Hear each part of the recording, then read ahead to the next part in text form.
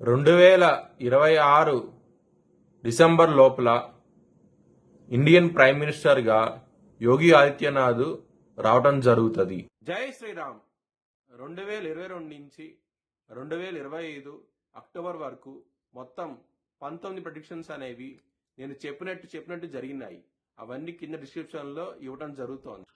ధనస్సు రాశికి అధిపతి గురువు.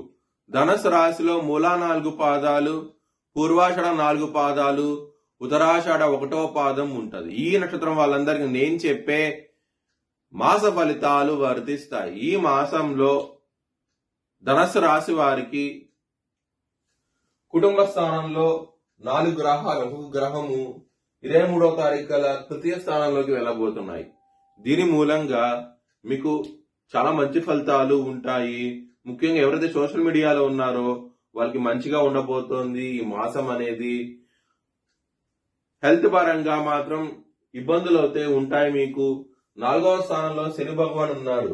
4వ స్థానం శని భగవానుడు 3వ స్థానాన్ని చూస్తుంటారు శని. దీని మూలంగా ఇబ్బందులు అనేవి ఉంటాయి.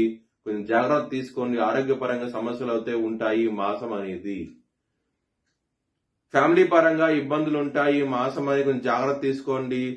యుద్ధ వాతావరణం అయితే ఉంటది ఫ్యామిలీలో అయితే కనుక కొంచెం జాగ్రత్త అంటూ ఎక్కువ తీసుకోండి ఈ మాసం అనేది.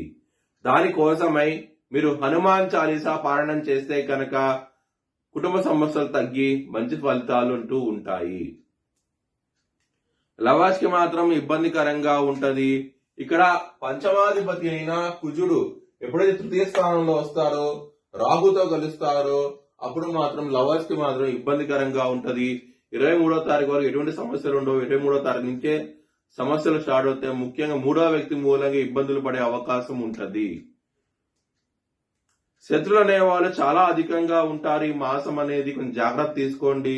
దొంగ దెబ్బ తీసే అవకాశం ఎక్కువగా ఉన్నది. ముఖ్యంగా బిజినెస్ పరంగా మాత్రం చాలా జాగ్రత్తగా ఉండండి. ఇబ్బందులు పడే అవకాశం ఎక్కువగా ఉన్నది. బిజినెస్ పరంగా మాత్రం పెట్టుబడులు ఎక్కువ పెట్టండి. మంచి లాభాలు చూస్తారు ఈ మాసం అనేది.